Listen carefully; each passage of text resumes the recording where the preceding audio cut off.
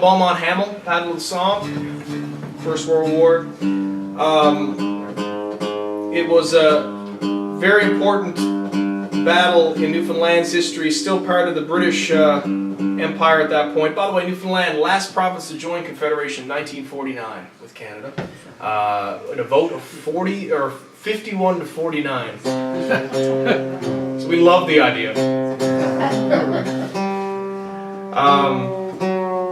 So in this particular battle in France, on July 1st, 830 some odd men went over the top, and 67 answered the roll call the next day. It's a huge slaughter.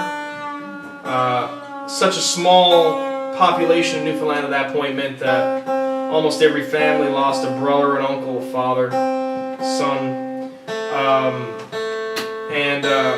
It's so important to us that to this day, on July 1st, we think of it as Memorial Day, which is also super interesting because, of course, July 1st is Canada Day.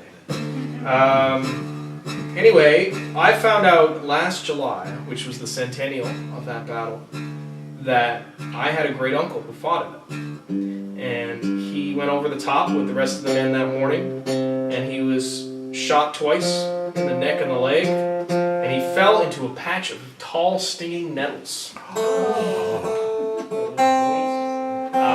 Stinging nettles? Stinging nettles. They're like, they have a bloom, but they have, of course, all the thorns, right? Yeah. So, anyway, the interesting thing is, though, is that they were tall enough that they shielded him from, the glinting of the sun off of the metal patch that was sewn to many of the soldiers' outfits. So he avoided sniper fire, and he avoided the Germans who were going around bayoneting some of the men afterwards as well, because they just saw him there and thought that he was dead, and he was not, and they wouldn't walk into the patch to find out.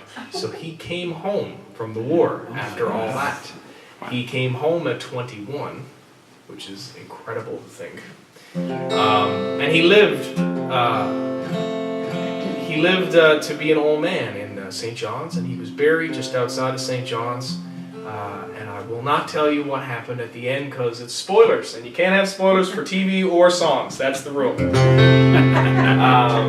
But this story, which was told to me by my father last July, when he told me what happened, I was like, I've got to write a song for William Vigors.